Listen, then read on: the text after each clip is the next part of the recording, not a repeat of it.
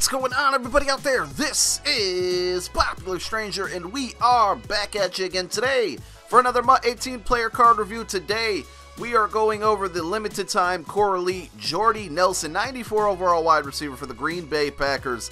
He's got the playmaker ability, he's got move the chains or move the sticks chemistry ×2. We got gameplay with this card coming up in a moment. We're going to take a look at his stats. Got a lot of boosts going on here. Still a 94 overall though. 6'3", 89 speed, 95 catching, 86 elusiveness, 94 spec catch, 92 release, 92 route running, 92 catching traffic, and 87 jumping. Guys, I got a lot more card reviews coming up, but as always, you can leave it down below in the comment section some other cards that you'd like me to check out. We're working out in some of the new Freeze Boss cards like Adrian Peterson, Clinton Dix, Marcus Mariota. So you guys will see reviews from those guys amongst a bunch of other people. Tons of them coming this week along with some gameplays and other videos.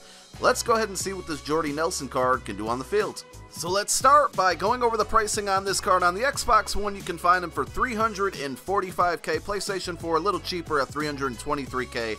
MUThead.com rates him as a 93 overall vertical threat, 91 jump ball receiver, 95 slot receiver, 96 possession receiver, 91 run blocking, and 93 run after catch. So he has the move the sticks chemistry ×2. If you can get that to a tier 2, it's going to help him a lot. He's got really nice receiving stats. With that boost, it's going to jump him to a 93 catching traffic, 93 route running, 87 spin move, 89 juke move. You won't really be able to use those. He's too slow and just not elusive enough. But again, pair that with 95 catching, 93 spec catch, 92 release.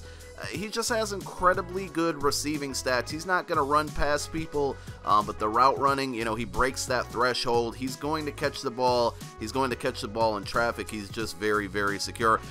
Good traits. He's clutch. He braces for all hits, which means he won't fumble often. Fights for extra yards. Makes all types of catches. Aggressive rack possession. Drops open passes, it says no.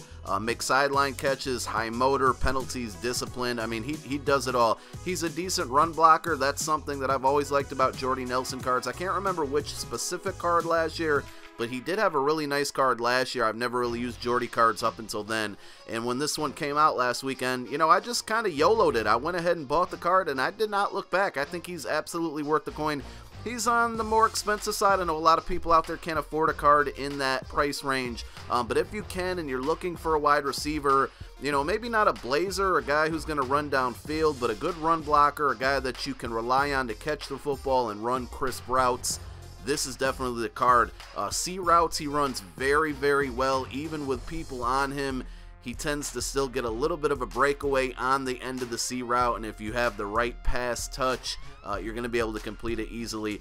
Again, he's not going to blow past people, but great receiving attributes. He did, now that I think about it, fumble twice in one game, but I didn't have conservative on, so if you don't play with conservative ball carrier, just be aware of that he might fumble the ball, even though that trait says otherwise that he won't. I always play with conservative anyways.